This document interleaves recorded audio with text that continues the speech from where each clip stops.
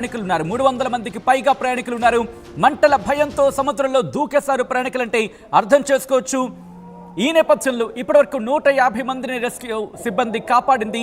మిగిలిన వారి కోసం గాలింపు చర్యలు కొనసాగుతున్నాయి. రెస్క్యూ ఆపరేషన్లో పాల్గొన్నాయి ఏకంగా 2 భారీ నౌకలంటే అర్థం చేసుకోవచ్చు. ఆ విజువల్ని మీరు చూస్తున్నారు. మమ్మల్ని కాపాడండి కాపాడండి కాపాడండి అంటూ వాళ్ళు ఆర్తనాదాలు చేస్తున్నారు అక్కడ. అంటే పరిస్థితి తీవ్రతను అర్థం చేసుకోవచ్చు. పడవ ప్రమాదం కాదు, ఆ విజువల్ చూస్తే మీకు అర్థమవుతుంది. అదొక దుర్ఘటననే చెప్పుకోవాలి పూర్తి స్థాయిలో. ఇండోనేషియాలో ఘోర ప్రమాదం చోటు చేసుకుంది. మరీ ముఖ్యంగా ఒక షిప్కి మంటలు అంటుకున్నాయి. ఆ ప్రమాదంలో 3 అక్కడికక్కడే మృతి చెందారు. ప్రమాద సమయంలో షిప్లో 300 మందికి పైగా ఉన్నారంటే అర్థం చేసుకోవచ్చు. విజువల్లో మీరు చూడొచ్చు, ఒక్కొక్కరు దూకేస్తున్న విజువల్ని మీరు చూడొచ్చు. అదిగో అక్కడ ఆ ఫ్రంట్ ఫేజ్లో మీరు చూస్తే కనుక ఆ ఫ్రంట్ ఫేజ్లో పూర్తిగా మంటలు అంటుకునే నేపథ్యంలో దాంట్లో ఫ్యూల్ కూడా ఉంటుంది కాబట్టి ఆ మంటలు భారీ స్థాయిలో అలుముకున్నాయి ఆ ప్రాంతానంతా. ఒక్కసారిగా ఆహాకారాలు అక్కడ వినిపిస్తున్నాయి. ఒక్కసారి ఆ విజువల్ని చూద్దాం.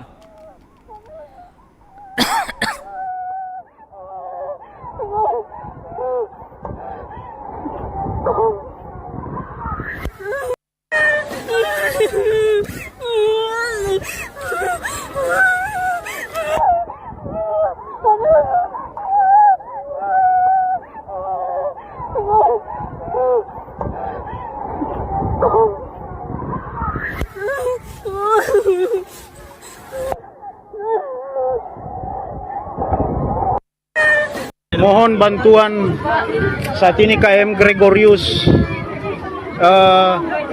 Barcelona 5A kebakaran di depan pulau. Visuals మీరు చూస్తున్నారు. సాధారణంగా ప్యాసింజర్ బోట్ ని ఫెర్రీ బోట్ అంటూ ఉంటారు. ఆ ఫెర్రీ బోట్ లో ప్రమాదం చోటు చేసుకుంది.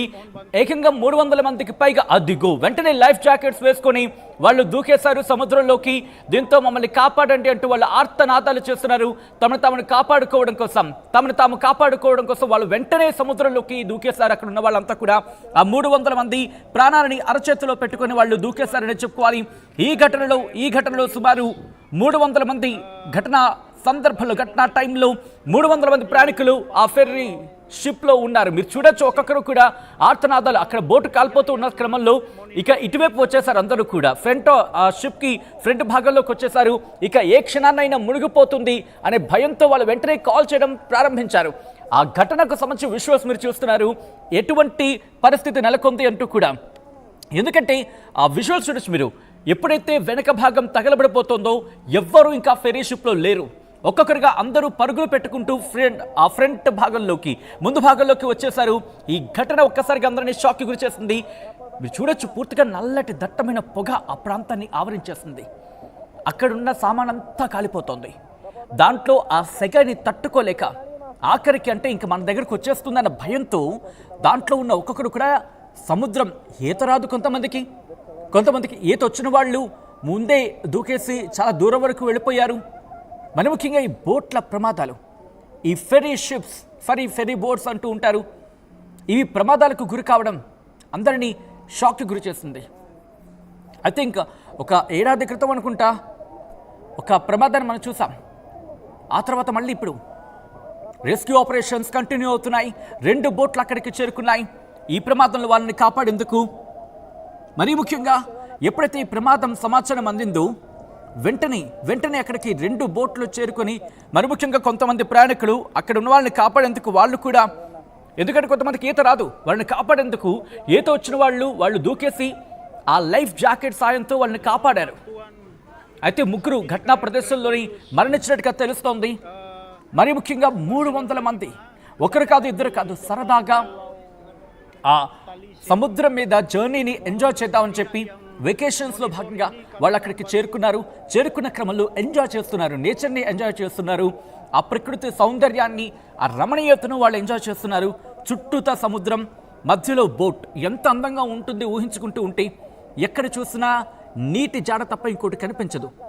ఎంతో హ్యాపీగా వాళ్ళ వెకేషన్ని ఎంజాయ్ చేస్తున్నారు. అంతట్లోని అగ్ని ప్రమాదం ఆ బోట్లో సంభవించింది. సాధారణంగా రోడ్డు మీద జరిగినా లేకపోతే మరి ముఖ్యంగా నీళ్ళల్లోనైనా ఒక ఒడ్డున జరిగితే ప్రమాదాన్ని ఎక్కడైనా తప్పించుకోవచ్చు. కనీసం పిలిస్తే కేకలేస్తే ఎవరైనా వస్తారు. కానీ అక్కడ అటువంటి సందర్భం లేదు. ఎంత కేకలు వేసినా కాపాడండి కాపాడండి కాపాడండి కాపాడండి అంటూ ఎంత కేకలు వేసినా ఎవరికీ వినిపించదు. మరి ముఖ్యంగా ఆ షిప్లో ఉన్న వాళ్ళు కమ్యూనికేట్ చేయగలిగితేనే అక్కడ ప్రమాద తీవ్రత అర్థమయ్యేది. లేదా అదృష్టవశాత్తు అటుగా వెళుతున్న బోట్లు కావచ్చు, అటుగా వెళుతున్న షిప్స్ కావచ్చు, వాటికి ఏమైనా కనిపిస్తాయి, ఆ జాడేమైనా వాటికి కనిపిస్తే అప్పుడు, లేదనుకోండి ఆ పొగలు పూర్తిగా ఆవరించిన సందర్భంలో ఏదో సుదూరాన నుంచి ఎవరైనా చూస్తే అప్పుడు మాత్రమే వాళ్ళకి అర్థమవుతోంది. మరి ముఖ్యంగా ఎవరి నిర్లక్ష్యం ఇదంతా. ప్యాసింజర్లు దాంట్లో ఏకంగా 300 మంది ఉన్నారు. ఎవరి నిర్లక్ష్యం ఇది? ఎవరి నిర్లక్ష్యం అయితేనే అక్కడ 3 ప్రాణాలు పోయాయి. మీరు చూడొచ్చు, మీలోని ఇన్ఫాక్ట్ మనలో చాలా మందికి ఈత రాకపోయి ఉండొచ్చు. అటువంటి వాళ్ళ పరిస్థితి ఏంటి? కొంతమంది లైఫ్ జాకెట్స్ వేసుకున్నారు, దూకేశారు. తమను తాము కాపాడుకోవడం మాత్రమే వాళ్ళకి ముఖ్యం. ప్రప్రథమంగా ఆ దూకేసిన తర్వాత ఈ ప్రమాదంలో 300 మంది ఉంటే కేవలం 150 వరకు మాత్రమే ఇప్పటి వరకు కాపాడగలిగారు, రెస్క్యూ చేయగలిగారు అంటే అర్థం చేసుకోవచ్చు. ఒక వ్యక్తికి అక్కడికక్కడ మంటలు అంటుకున్నాయి. దీంతో ఆ ఘటనా ప్రదేశంలోని ఆ వ్యక్తి మరణించాడనే అంశానికి సంబంధించి ప్రస్తుతం సోషల్ మీడియా వేదికగా చర్చ జరుగుతోంది. దాంతోపాటు కేఎం బార్సిలోనా విఏ వెసల్ ఇది టెలాడ్ ఐలాండ్ నుంచి మనాడోకు వెళ్తోంది.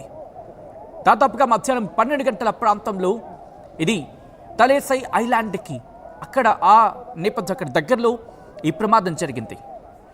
ఈ ప్రమాదంలో 300 మంది సుమారు ఆ బోట్లో ఉన్నారనేది అక్కడ జరుగుతున్న చర్చ. దాంతోపాటు ఆ ఫుటేజ్ మీరు చూస్తే ఎంత గంభీరంగా ఉంది, ఎంత దారుణంగా ఉంది. తగలబడిపోతుంది ఆ బోటు. ఎలా చూడాలి వీటన్నిటిని?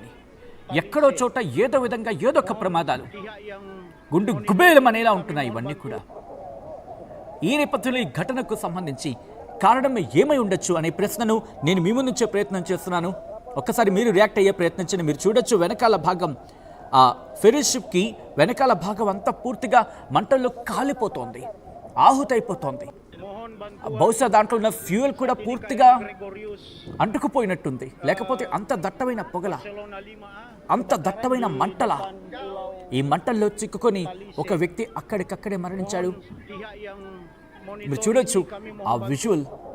ఇటు సుదూరాన ఒక వ్యక్తి బహుశా తన సెల్ ఫోన్లోనే తీసినట్టున్నాడని అనుకోవాలి, ఆ పరిస్థితిని అద్దం పట్టేలా చూపించేందుకు. ఈ నేపథ్యంలో ఆ బహుశా నీటిలో ఈత కొడుతూనే అక్కడ విజువల్ తీశాడు అనుకోవచ్చు. 2 విజువల్స్ మీరు చూడండి, ఎందుకంటే నీళ్లు మనకి జాడ కనిపిస్తోంది కెమెరాకి అత్యంత దగ్గరగా. అంటే ఒక వ్యక్తి తను మునిగిపోతూ కూడా ఆ సమాచారాన్ని పంపించాలి. నేను పోతే పోయాను, నేను చచ్చిపోతే చచ్చిపోయాను, నేను బ్రతికినా బ్రతకకపోయినా పర్వాలేదు, ఈ సమాచారం తెలిసి కొంతమందినైనా కాపాడగలిగితే చాలు. బహుశా ఇలాంటి వాళ్ళు ఉండాలండి.